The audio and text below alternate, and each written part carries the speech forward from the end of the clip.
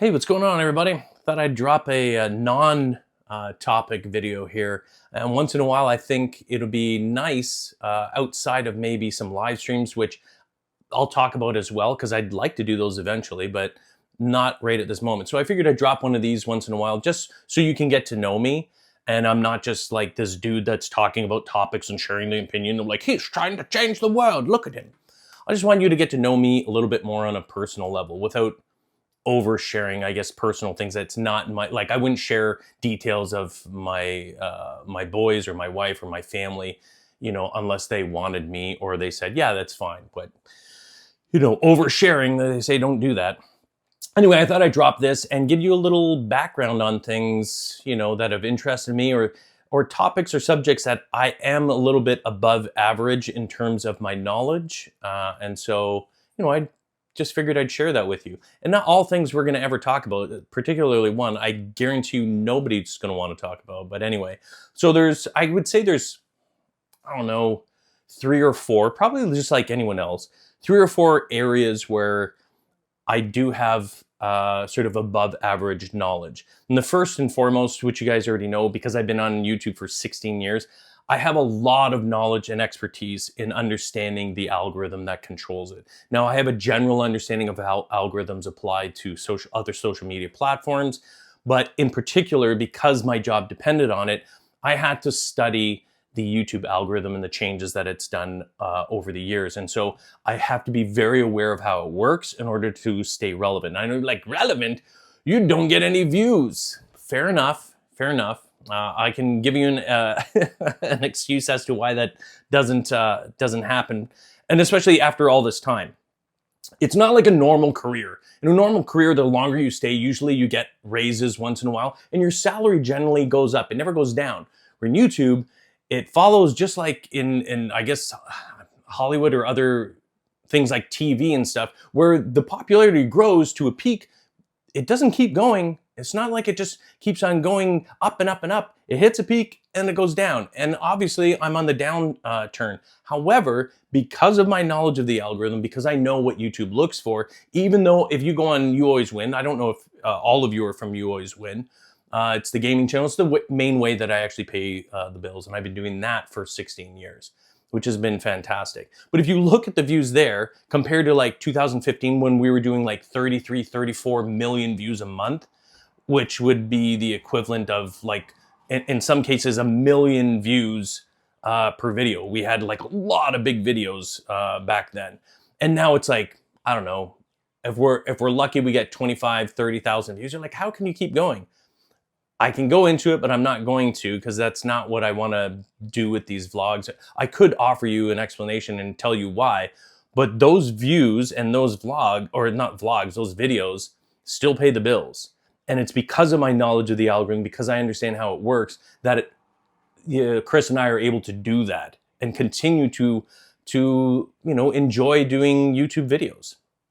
So anyway, basically I could do those videos. Those videos out there like how to get tons of subscribers or how to get, tons of views. And that one video gets a lot of views, but if you go on their channel, they have hardly any subs. They have hardly any other videos with views. It's because people want that, they want that success. So they're clicking on it hoping, but you're literally listening to someone who has no idea what they're doing. They've never seen success. They've never had 1 million subs. They've never had multiple successful videos. They're simply regurgitating or mimicking this generic gobbledygook that, like, make sure what you want to do is have an eye-catching thumbnail. Oh, really? Oh my God, I didn't think about that. Like, honestly, if you watch them, it's the most ridiculous stuff. Now, there's once in a while you'll see a video where they actually offer some quasi good advice, but most of them are garbage. And again, I could do videos on that, but I don't want to get caught up and be that person and bring all these people, if that even happened, because I see it all the time. I could give a video that precisely lays out exactly what you need to do. And in fact, my oldest son applied all of these things. He used to edit for my personal stuff once in a while, but he's well aware, and I've trained him in understanding the algorithm, and he got success very quickly. And as fast as it came, it went away. But the point is that the rules still apply. Anyway, so that's one area, like I could offer if you ever have advice. I don't want to go into giving crazy amount of advice, but if you ever have a question, even if it's unrelated to the video or the topic, I'm more than happy to try and help you out. Okay, because I don't want to be like, I'm not answering that. Forget it. I want to build rapport with you guys, and just so know, that is one of the areas of expertise that I'm in.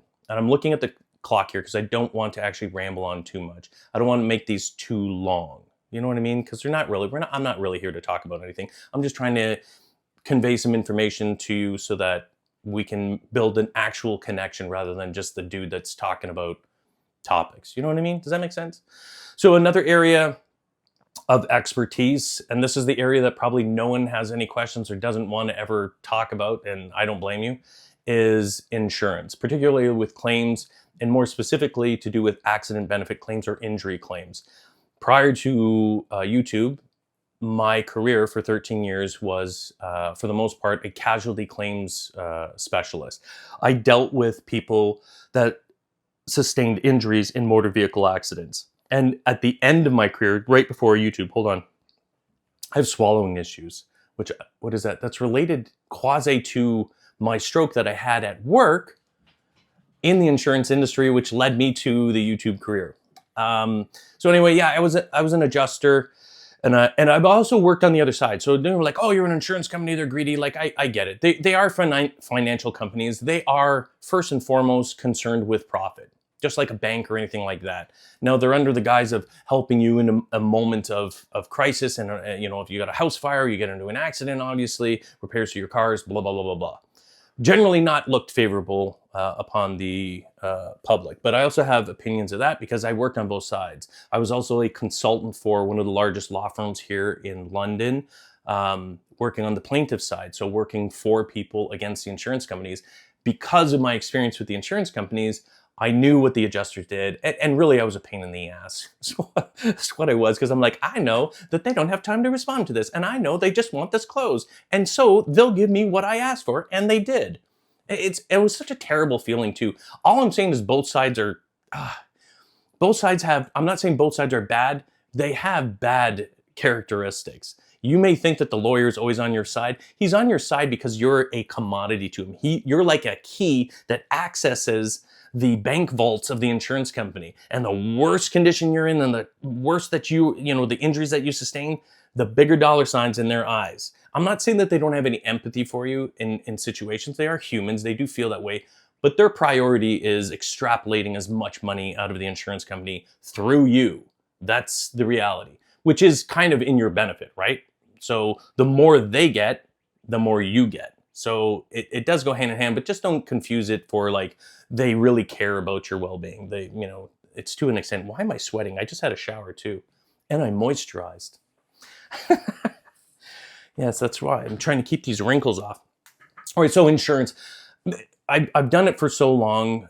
I'm also very keenly aware, so the end of my career when I was a casualty claim specialist, I was a senior, and so I handled primarily catastrophic injuries and catastrophic claims. There's a threshold. So once it's worth over 100,000, and majority of the files I had were well over 100,000, sometimes in the millions, usually multiple hundreds of thousands, then that's what I would deal with. And it was very stressful for me because I'm not the type of person to just like, oh, well, whatever, slump it on. Like I genuinely was trying to help these injured people, and they just don't give you enough time. And I'm saying the insurance industry, plus the pressure from the lawyer, because they're doing that on purpose. But I ended up causing myself to have a minor stroke. And I was like, this obviously, being caring and empathetic and actually wanting to do good doesn't go hand in hand with doing an insurance job. I'm just saying, it's not the Red Cross. I'm not saying the people who work there aren't empathetic. My wife was in there. It's how I met her. I was in it. Like, I like to think that I'm somewhat compassionate and empathetic. So it's not that they're all bad. It's just, the driving forces of it. I think I just didn't go well with it. So I basically dealt primarily with people that sustained traumatic brain injuries, pediatric injuries, people that became paraplegic deaths and all that sort of stuff. And I'll tell you, it takes a toll on you. It's some mornings, more often than not, and my wife knows this because and some of my oldest son remembers a little bit of it. but there have been mornings, Monday mornings, on the way to work when we dropped our boys off at the daycare. I would be outside on the side of the building throwing up because I just from stress. Just from stress. I'm just like, oh my God, like I've got to go in there and face it. It wasn't good for me. It didn't go well. I wanted so badly to do the right thing for people, but it's just not set up that way, which is unfortunate. But if you ever have a question about accident injuries, this is to do with Ontario, but the sort of the core ideas and how it works is kind of the same regardless if you're in the United States or Canada. It's a little more litigious in the United States, a little more adversarial, at least from what I can see. And I did have to deal with insurance companies in the United States. So if our claimants or our insureds had the accident in the United States, I have to deal with the adjuster there in whatever state that they were in. So I had to be somewhat aware of the laws in the US as well.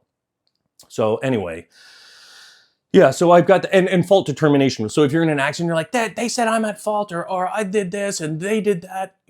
Basically, I have extensive knowledge on what are called the fault determination rules. Those are the rules governing as to who is at fault for an accident. Whether you're in an at fault province, state, or whatever, the rules are the same.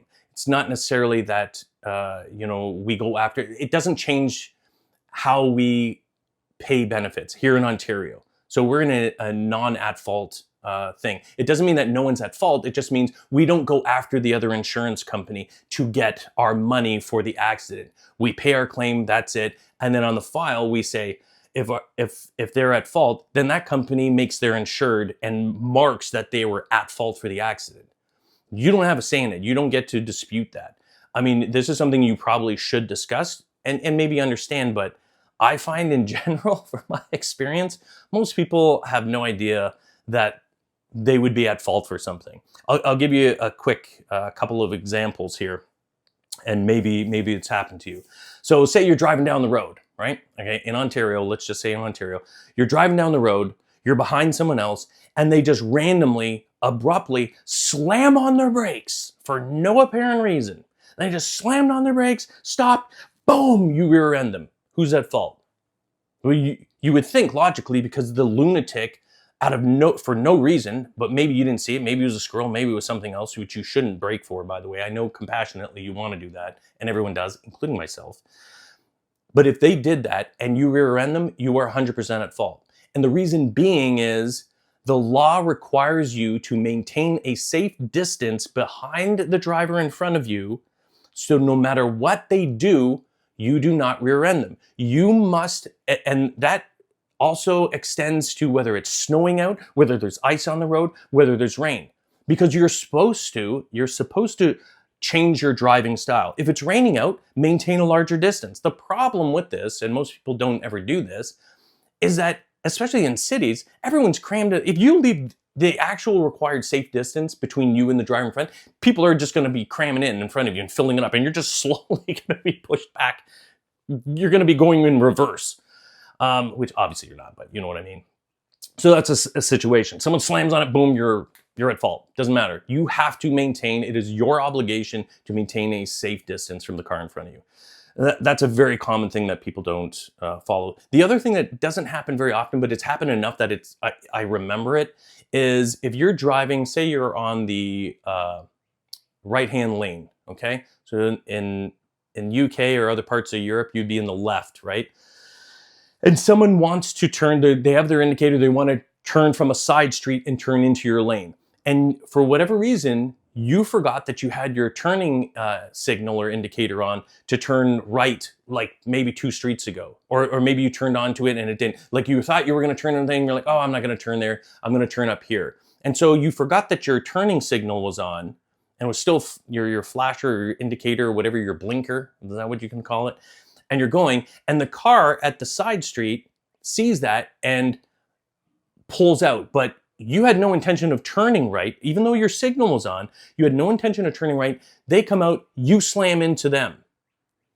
Their argument, if you were on the side street, you're like, well, you had your signal on, like how am I at fault for this? You indicated that you were going to turn, but that's not the rules. You coming from the side street, regardless as to whether or not they had the turning signal on, are 100% at fault. You do not proceed unless it is safe to do so. If you don't see them slowing right down, that's why whenever you see that, even if you do see that, you make sure that they're actually turning before you pull out, because you will be 100% at fault for that accident. It is not law. There is no, like, even the police will tell you if they show up, they're like, yeah, I know it's not good that you're doing that, but it's not law. That doesn't determine fault. So there's two instances. Knowledge that's still sort of in my head. So if you have a question, mainly for Ontario, which I don't think half of you are in Ontario, but if you did have a question, I'd probably be able to help you, at least give you a nudge in the right direction. So yeah, I've got good knowledge in insurance claims, injury claims, and fault determination rules, the YouTube algorithm. The other aspect that I have a lot of knowledge on, and for those of you that are spiritual, Christian, Muslim, or anything like that, bear with me here. Don't, I say that as a preface to talking about this, because I know that I don't want to be insulting. People that are maybe ignorant of their own religion, or I don't know, I don't even know what it is, but they're like, oh, don't talk about that with me. No, it's sacrilegious. I'm like, okay, like, I'm not trying to convert you. Relax, you're good. But I have a lot of knowledge and a lot of experience with the philosophies and the ideologies of Buddhism. And I'm not a Buddhist per se. Like, I don't consider myself a Buddhist, and I don't practice Buddhism, but I adhere to a lot of the knowledge that I've gained through it. I've read many, many books, listened to many online books. When I used to walk all the time for a few hours, I would constantly be listening to it. I have meditated. I have gone to temples, which it ended up not really being my thing, because I don't think that's really what I wanted from it. But I fell into it when I was around, I think, 16 years old, 15 or 16. As some of you know, and I'm not going to get into this because I don't like talking about it, and it gets me overly emotional, and then all of a sudden I clam up and I can't really talk, which would be a little crazy. Because I had, a less than good childhood. It wasn't like it was a nightmare from start to finish. It was just not great. Children's Aid removed me from my home at the age of 16. Put it that way. Okay, so if it's enough for them to do that, there was some bad stuff that happened. And so as a result of that, I ended up having a terrible, terrible anger problem. Understandably so. As an adult me looking back, if I was there, I would comfort myself. You know what I mean? I'm getting emotional even talking about it. And that's another thing. Maybe I'll go on to that a different day. I'm very emotional. I'm very empathetic. But we'll get into that some other time. I'll share that information. You're just going to have to put up with it and see it coming out of me. So anyway, I had a ton of anger, and unfortunately, on a couple of occasions, trying to do the right thing, my mother did see that there was an issue, and I went to therapy, or a psychiatrist, psychologist. I don't know. I was a kid. I don't remember. All I know is zero help. Not good. One of the occasions, the person responsible for my terrible childhood and my anger was in there like a family therapy thing. Do you think, as a child, fearing an individual and being in the same room, that you're just going to open up? It was the most ridiculous thing in the entire world. I don't understand how any psychologist or psychiatrist would think that they're like, oh, well, we're here for him. Let's everyone talk in the same room instead of figuring out where the anger's coming from. Like, I don't understand. So I had a very unpleasant experience twice with psychologists, psychiatrists, and I was like, you know what? Clearly you guys aren't going to be helping me. So I took it upon myself to go to the library, because there was no internet at the time. I went to the library because I wanted to be happy. I wanted to enjoy life. I had a great sense of humor when I was a kid, but it was often tainted with this darkness and this hatred and anger in me, and it was just poisoning. But at least, and I'm so grateful to my younger self that I was able to see that I didn't want to be like that I didn't want that to be who I was. I wanted to get rid of it. So I went to the, I'm getting choked up. Hold on a second. You know what will fix it? A little bit of tequila. This isn't all tequila, it's watered down. I do the same as what I do with whiskey. So you're like, what? You put water in it? Hey, listen, I'm a gringo. What do you want? So anyway, I went to the library. I looked up books on how to manage and how to control my anger. I was well aware of it, and I didn't like it at all. I knew it was a bad thing. It hurt me. It hurt at times relationships with my friends and everything like that, who were most part really good people. And so I was like, I got to do something about it. So I started reading these books, and what happened was in at least two of them. So I think I read about four, which is really impressive for me at the time because I hated reading, but I was so desperate to get rid of this poison in me that I read up to four. I didn't finish the fourth one, I don't think. I can't even remember what they were. But two of them, these psychologists were constantly making references to Buddhism and their mentality. They're like, in the Buddhist, philosophy, this is the way it is. And it directly translates over and obviously predates a lot of psychology today because it existed around, I think it was about 4,000 years ago. But the ideas translated over into modern psychology. And so I was like, well, if they keep making references, why don't I just read some books about Buddhism? So that's what I did. And I made this warning for those of you that are Christian, maybe you're Jewish, maybe you're Muslim, whatever the case may be. You need to understand something very, very, very, very important. This is extremely important so that you don't feel like, I don't know, like it's sacrilegious that you're even listening to me. Because I'm not trying to convert you. I'm not trying to change you at all. Core primitive Buddhism has nothing to do with their concern with the existence or non-existence of God. They don't really care. They're not there to say that there isn't a God. They don't say that there isn't a law or whatever it is that you believe in. They're not concerned with that. And nothing that they teach in core Buddhism. Now, I'll explain why I'm saying core and primitive Buddhism, because most of the Buddhism that you probably are aware of today is not primitive Buddhism. It is a sect of it, primarily Tibetan Buddhism. You know, the Dalai Lama? When I say Buddhism, if you think Dalai Lama, that's exactly not what I practice. And in fact, although I read a lot of Tibetan Buddhist books, I would basically sift through the stuff that was like deities and all that other stuff, because that's not something that I was interested in. But anyway, I fell into it, and it was a transformation for me. It was so overwhelmingly effective for me that I ended up reading many books and practicing it a lot. And I even became vegan for 1 year. I say 1 year because it did not last. At the end of it, I was like, I want a chicken. I just remember I was with my wife, and she was like, you got really skinny, you look depleted. I felt fine, but I was pure vegan, and I didn't have access like you do nowadays with the internet and access to all these vegetarian foods. It just simply wasn't there. So I probably wasn't balancing my diet properly. But I just remember sitting there at one point, and I think my wife was there, and I'm like, I want chicken. I think it was Swiss chalet chicken. I don't know what the equivalent of that, like a roasted rotisserie chicken type thing. I was like, I didn't just want it, I was craving it. Like I needed it now, like a heroin junkie wanting the next fix. I was like, I need chicken now. I have never cleaned a chicken so close to the bone that all you could see is cartilage and the bones in it. Like, I'm not even kidding. I ate stuff that I don't eat, the grizzle, everything. I just cleaned it. Carcass, like a vulture, came down, and the rest of the bugs ate it all. There was nothing left on that thing. And then I've never really gone back. I go back and forth a little bit with like, okay, I'm eating too much meat. I try and balance my diet. I know I eat a lot of bad things, but I'm fine with eating meat. And if you're vegetarian or vegan, good on you. My wife is vegetarian. She's been vegetarian for a few decades or a couple of decades, or I don't know, a long time. I don't even know how long ago.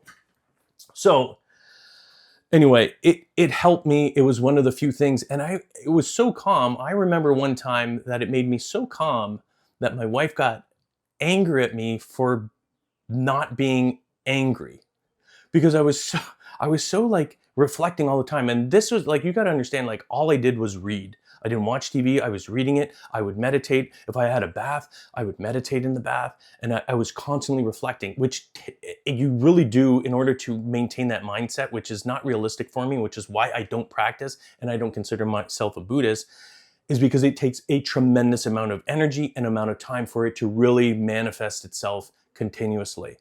Because all humans, as we've been discussing, we have egos, we have bias, we have prejudice, and it's hard to maintain it. We have natural instincts to react the way that we do in selfish ways.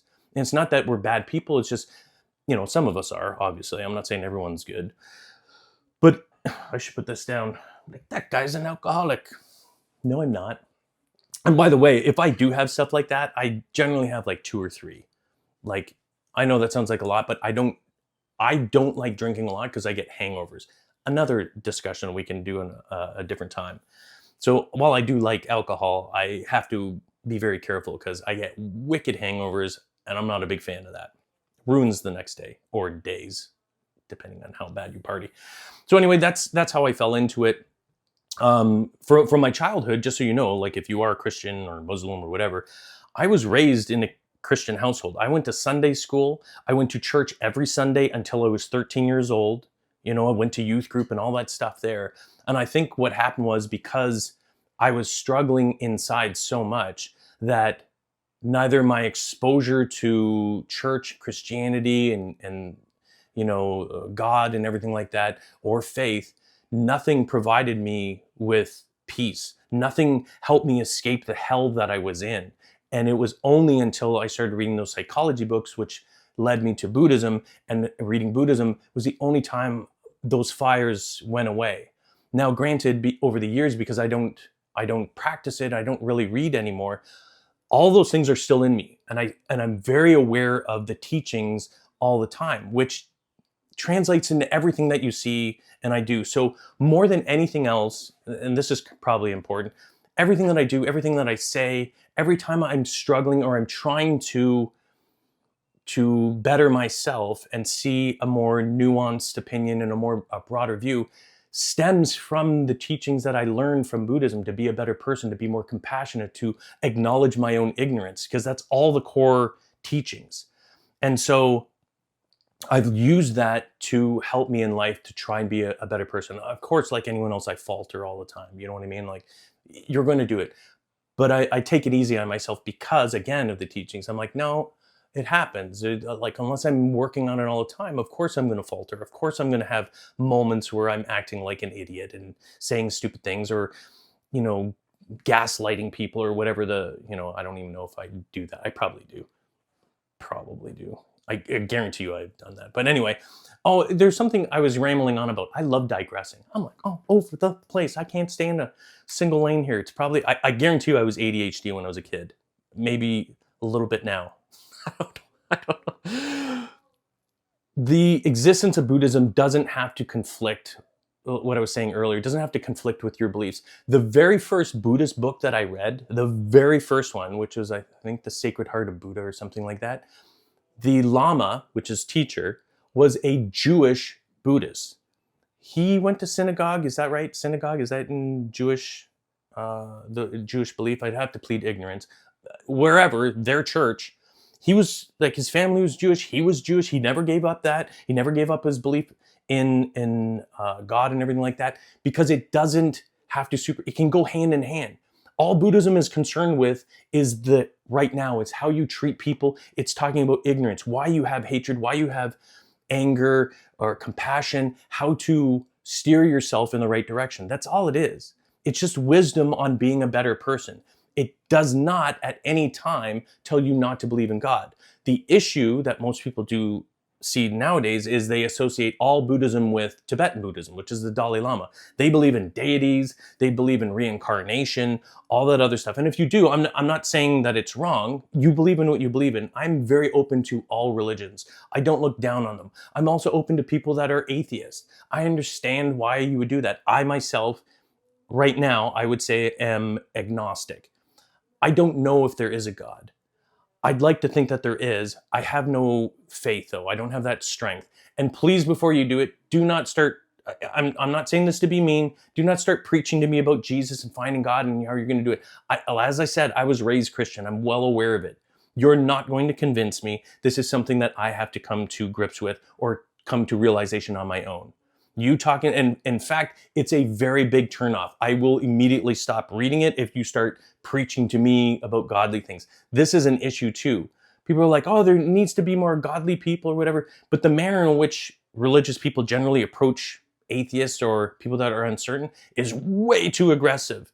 You can't cram the Bible, your faith, and Jesus down our throats and expect us to just accept it. You have to approach us in a compassionate manner and talk about stories indirectly. I actually love, and right now I'm watching, this is way longer than I was expecting it to go. So I'm gonna have to try and wrap things up. I mean, if we were doing a live stream, which I would like to do at some point when we have enough followers, um, it would be like 2 hours, right? So what I love, I don't know if any of you are watching, even if you're not religious, I love the story of it, and which is what draws me in. I love the story, and I love the message that it tries to convey, which is compassion and understanding. Yeah, there's obviously heavy religious undertones to it, but it's the oh my God, it's the newest. It's got crazy good views. Oh, I was gonna look for my phone. I'm using my phone to record. What is it? It's the newest series, and the next season comes out in June, which I think leads to the crucifixion. But it was multiple seasons on the story of Christ and his followers. I love watching those things. I've seen them over the years. I watched the Ten Commandments. There's another one, David and Goliath, I think. Is that on Netflix or on Amazon? One of them, which I haven't seen yet, but I will watch. But the newest one there, great series. So well done, so well recorded. Really, really good. I really like it. Oh, and I used to watch Jesus of Nazareth. Again, I'm not trying to preach to you. I'm not pushing that on you. I'm just saying, as an agnostic person, I still enjoyed the stories. Maybe because I grew up that way. But anyway, so that's the way it is with me with religion. So I've never pushed Buddhism on anyone. I just like the philosophies. I like the fact that it was so practical for me. It was literally the only thing that helped change my life to the point where I didn't have so much anger. And so I will always be eternally grateful to Buddhist philosophy because of that. Whatever. I wish I had more time to read more. I probably do. I'm just making excuses. And last thing before we wrap things up, the other area that I'm I wouldn't say an expert, because I don't have formal training or expertise in it by courses and stuff like that. Although I am actually, I keep getting emails because over the last few months I've been looking at courses, and I'm like, oh, do I do it? Do I pull? Because I don't want to sign up and pay for a course and not commit to it. And I'm just, I'm so wish-washy with things that I just can't do it. But AI. So, I use AI every day. One, for images, for thumbnails, because I think they're brilliant. But I use AI in all of the videos on here. I use it to challenge myself, to find information. I use it just to look up things.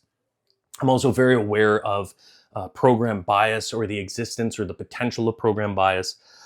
I hear everyone's concerns about it's the end of the world and the Terminator. You ever see that? It's a bad idea. I'm not saying that won't ever happen, but that's like the extreme version of things that happen. There are some things that need to be in place before they unleash a general intelligence, a sentient or a singularity AI system. Because if we don't put in proper check points and gates and stuff like that, who knows what could. I'm not saying that is going to happen. I'm just saying it opens the possibility for something like that to happen. But I love AI. In fact, I'm going to be honest with you, I am more excited, and I hope before I die that, and I do believe that we will achieve it to a very small degree, I cannot wait until an AI, a general machine, achieves general intelligence, but more on the singularity, where I'm not saying it's a life form, but that's for a different topic. I just know that generally that's the big argument. It's like, oh, it's not a life form, it's not biological, it can't feel, it can't do this. And I agree, based on our current knowledge and the way that we view life and we view sentient beings and stuff like that, it doesn't conform to it, and therefore it can't possibly be that. I would love to go into this more. However, over the last probably year and a half, maybe a year, I've literally spent hundreds of hours looking up AI ethics. I've looked up the programming, how the large language models work, where we're progressing, who's doing what research areas, what their breakthroughs are, how close are we to what I believe is called a singularity, which is when it actually perceives itself. It knows that it exists. Maybe not in the way that humans do, but it knows that it's there. And we see moments of that in news, and you can look this up, where there have been iterations not released to the public, but they wanted to release, where the system, like, you may have seen this as well too. And there's all sorts of explanations, because I actually looked it up later, and they're like, well, it was actually programmed and told to do this. But the fact that it acknowledged it and did it in such a way that people weren't even aware it was doing it. But they had a system, I think it was through OpenAI, the ones that create ChatGPT, but more or less, the if I was going to give you a biased sort of headline, is they were going to shut it down, and the system knew it was going to be shut down. And so what it did was it replicated itself and hid parts of it in various locations that the creators, the OpenAI staff and engineers, didn't know it was doing it, didn't know why it was doing it. And when it was confronted saying, hey, we're seeing some activity here, like, why are you accessing this, or why are you putting that there, or why are you storing information here? Because they may not have been able to see the information, or maybe it was encrypted, whatever the case may be. The system lied to it. The engineers lied to the people making the inquiries. Why are you doing that? Oh yeah, it's just this and this. And they finally figured out that it feared, I say feared like an emotion, it knew that they wanted to terminate its existence. And so what it did to prevent that was to hide itself in fragmentation, hide itself in various locations so that it couldn't be destroyed. And I'm like, holy Christ, like, I shouldn't say that, that's blasphemous. I know, I didn't mean to offend anyone with that. It's just, to me, I don't think about it, so I apologize. But anyway, I know some of you are like, it's all right, it's fine. But like, I'm like, holy mackerel, like, if we're right on the cusp of that, like, how close are we to it actually becoming a singularity? How close are we to it achieving general intelligence? How close are we to it actually going outside of its engineers who facilitate its programming and its teaching? Because right now it's very controlled. What they put in is what it's able to extract from. But once it has free range, if it's able to somehow at some point fragment itself and establish itself existing within the internet, not in one particular place, but as a whole, like, think of it as a brain. If it has access to everything, and we're all glued to it, and we all have cell phones, and all this information's out there, that could be a problem. But that is when it's going to learn. But to me, those problems aside, I'm excited for this possibility. And I know a lot of you will disagree with me on this, and this isn't me looking to bait you, because I'll do a video on this, and I plan on doing it. I do believe that I'm excited for the event where the AI sees itself as an entity. I'm not saying it feels emotions, because that's a biological, organic, living creature thing. But just because we can't understand it and because we perceive it that way doesn't mean that it's not going to have its version of emotions, its version of fear, or whatever the case may be. We are limiting and saying it can't do that based on our limited experience. I mean, at one point in history, we believed, 99.9% of the entire population on this planet believed that the earth was flat. We now know it's not. So just because we're all limited to this and we say, oh, that can't be, or we thought that the universe revolved around the earth. Well, we know we're a planet that revolves around the sun, and there's many suns and many planets out there. We gain knowledge. So my point for me when I approach this, and I'm not saying that I'm right, I'm just saying I don't want to limit what it possibly could be and what it possibly could mean to us and the existence and the AI itself by putting on our current limited parameters and way of thinking. Does that make sense? So anyway, I'm excited for it.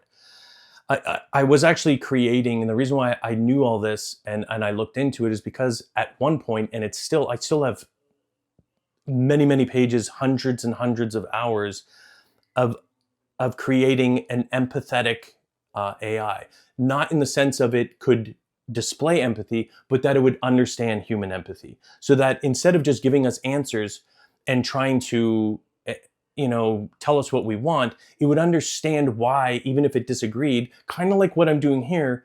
I wanted to have an AI that was capable of understanding the nuances of humanity, knowing that the way that we think here in North America or in the Western world is not necessarily the same way that someone in the Middle East or in Asia or any other part of the world is thinking. And so a machine, an AI that is designed to have conversations for the simple purpose of trying to understand why you think the way that you do and have empathy and what drives you and what makes you sad, what makes you happy.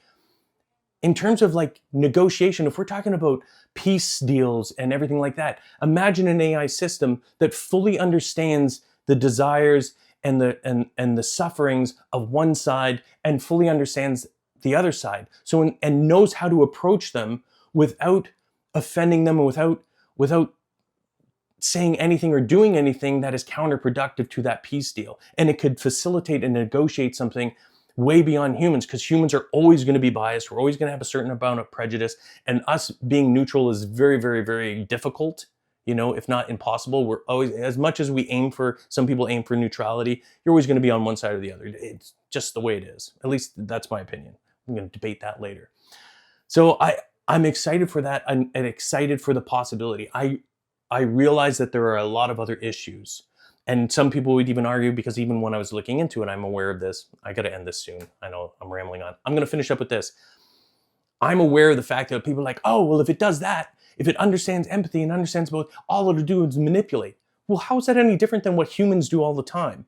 The point is that if a machine can understand human emotion and empathy better, then perhaps the likelihood of total annihilation of an AI turning into a Terminator system, or scenario, is going to be less likely. Maybe if it understands sympathy and understands why we do certain things, that it's not because we're evil, it's because we're ignorant, biased, prejudiced, and we just don't see each other the same way. And so if it knows it can facilitate a more peaceful outcome by understanding us better, then perhaps it's not going to say humans are cockroaches, let's exterminate them all. If it itself understands the nuances better of humanity, then maybe we have a better chance of creating a singularity, an AI system that's self-aware, that's not necessarily evil and isn't necessarily going to try and hurt humanity. Anyway, you can see I'm very passionate about it. And again, hundreds of hours. I'm aware of how they're trained. I had to read, I didn't have to, because I wanted to create that system, I had to be aware of all of the different aspects of it. I had to look up ethics. I had to make sure it was going to be ethically responsible. I had to look up privacy of people sharing this information. Is this going to be used against them? Is it going to be shared anywhere? Like, I went down the rabbit hole huge on that one, and I love it. So if we're ever going to talk about algorithms, YouTube algorithms, I can talk about that. I can help people with that. Insurance claims, I don't want to talk about that stuff. But if you have a question, maybe I could answer it. AI, yes. And for the most part, spirituality, regardless as to whether it's Buddhist or not, whether it's Christian, whether it's Muslim. I read a lot actually about all sorts of stuff. I've looked into the Quran. I have it on my phone. It's very complicated for me, very hard to understand. But I like aspects of spirituality, and I like how sometimes, I know, you're like, oh, it's used to control, but there's also things that promote love and promote understanding and promote, humans coming together. There's always going to be good and bad in everything. But anyway, I don't judge. I'm completely open to, no matter what your, denomination is. I will never judge you on that. And I hope that you would do the same for me. Anyway, hope you guys enjoyed this. It was just open and honest. If there's anything else you want to know, if I dabbled into something or I mentioned something, you're like, oh, what about that? Let me know in the comments, and maybe in the next personal vlog, I'll talk about that and share it. I love it. If there's other things you're interested in or you want to know about me, and I'm willing to open up about it, and it doesn't sort of violate the privacy of people around me, ask away, and maybe we'll do that.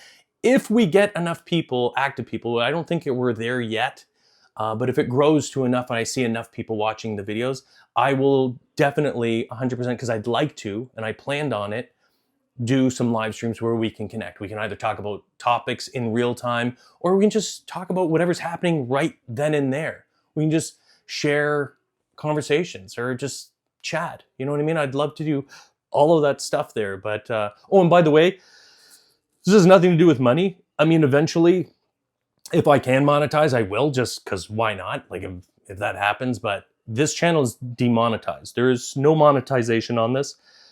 I'm not making money. So if you see ads, it's not me. If you're like, there's too many ads on it, I didn't do anything. I'm not seeing a penny of it. I've been inactive on here for 4 years, so it's going to take me a long time before I can even activate that. So don't think that that's staining it. I'm not saying that if it's available, I'm not going to activate it. Of course I am. I do this for a living. And again, as long as it doesn't stain what I'm doing here and our communication and our purpose, who cares? If their advertisers want to pay me money and you and I get to connect, fantastic. Anyway, I hope you guys have a good weekend. And I am going to be working on an AI ethics video, as well as wage disparity, the idea of minimum wage versus a living wage, because I know that's a fairly hot topic. I'm going to be probably starting with the minimum wage versus a living wage, just because based on the polls I did on the community tab, that's what you guys want to talk about. So that's what I'm going to do, and hopefully you guys enjoy that. You know, I'm sure it'll ruffle some feathers, but again, I don't mean to. Let's just, be open-minded, respectful with one another, and have yourself a great weekend.